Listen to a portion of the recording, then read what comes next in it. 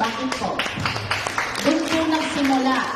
Alam niyo po ba, ang feeling ko noon sa Australia, nung nagsimula akong gumanda, yung 2 taon po na may lumalabas sa breast ko, may tulo po ako. Yung nag-introduce po sa akin, may buwa sa ari, ako po may tulo. Sa breast. Sa breast po, okay? Yung nag-introduce po sa may buwa sa ari, meron naman po siyang almoranas. Imagine niyo po yan, no? Pero lahat po ginamit namin yung Firmax 3 lang. Di ba? Ang swerte niyo. Kasi nabalitaan nyo, na-invite, pasalamatan nyo po yung nag-invite sa inyo ngayon. Yung oras na i-google nyo po rito, hindi po namin sasayangin. Bukod po dyan, alam nyo po ba, wala na po akong trabaho sa Australia. Wow. Huwag na po kayo mag-abroad. Kasi ako po, nasa Australia, pero nandito ako sa Pilipinas, nag-network, nag-share ng firma. Meron po akong invite.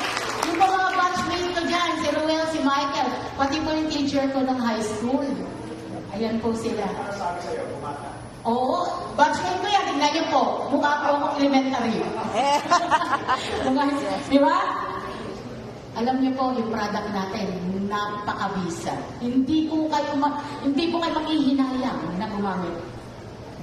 Yung hard-earned money niyo po, ilagay niyo rito. Naniniwala po ba kayo health is wealth? Yes. Kahit gaano karaming pera meron ka sa bangko, kung hindi ka man lang makalakad ng diretsyo, diba? Hila-hila mo pa ako. May pera ka nga. Wala ka mang panlakad. No? Lalo na yung mga may katarata, malabo na mata. 10 years ago po, may salamin na po ako. Pero ngayon, mas malinaw po yung mga mukha nyo ngayon sa akin. Na walang salamin. Saka nakakita, yung product mo, isa pa lang. Yung product natin, pag meron kayo sa bahay nyo yan, para po kayo may pharmacy. Yes. Okay ba yan? Yung mga may bara-bara dyan, Jomit Pantibino, nabalitaan nyo? Bata, di ba?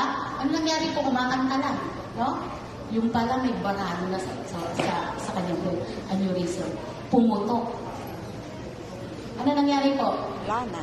Wala na. Sabi nila, look after your body. It's the only place you can live. Tama? Gawan nyo ng paraan na makagamit kayo. Pag gumamit po kayo, kagaya ko po, wala na po akong 3 boss. Ang hirap kaya mga muhan. Di ba? Alam mo yung iihi ka na lang, magpapaalam ka ba? Ang hirap, no? Gusto niyo ba yung ganung buhay? Sabi nila, pag pinanganak ang mahirap, hindi mo kasalanan. Tama po? Tama. Gasgas ko itong salita na to, pero sana po maintindihan nyo. Pero pag namatay ka, mahirap ka pa rin. Tapos meron ka